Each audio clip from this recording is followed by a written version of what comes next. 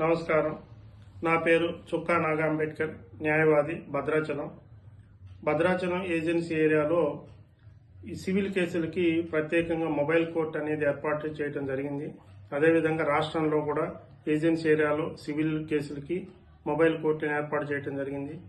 అయితే ఈ mobile court వ్యవస్థ చట్టపరంగా నిర్దేశించిన పరంగా ఇది జరగట్లేదు అని నేను గతంలో 2024 సంవత్సరం అక్టోబర్లో మరియు 2025 సంవత్సరం అక్టోబర్లో ప్రభుత్వానికి, జ్యుడిషియరీ వ్యవస్థకి, హైకోర్టుకి, జిల్లా కలెక్టర్కి అనేక దరఖాస్తులు పెట్టడం, భద్రాచలంకి చెందిన ప్రముఖ న్యాయవాది తంతరపల్లి వసంతరావు గారు ఒక రిట్ వేసి హైకోర్టులో ఒక మంచి ఆర్డర్ తీసుకురావటం వల్ల ఈరోజు ప్రభుత్వం 6/2/2026 సంవత్సరం నాడు భద్రాచలంలో ఉన్న మొబైల్ కోర్టే కాకుండా రాష్ట్రంలో ఉన్న మొబైల్ కోర్టులన్నింటినీ తీసివేస్తూ చట్టం నిర్దేశించిన పద్ధతి ప్రకారంగా 14 ఆర్డీఓ రెవెన్యూ డివిజన్ ఆఫీసర్కి ఈ మొబైల్ కోర్టు బాధ్యతలు అప్పచెప్పడం జరిగింది.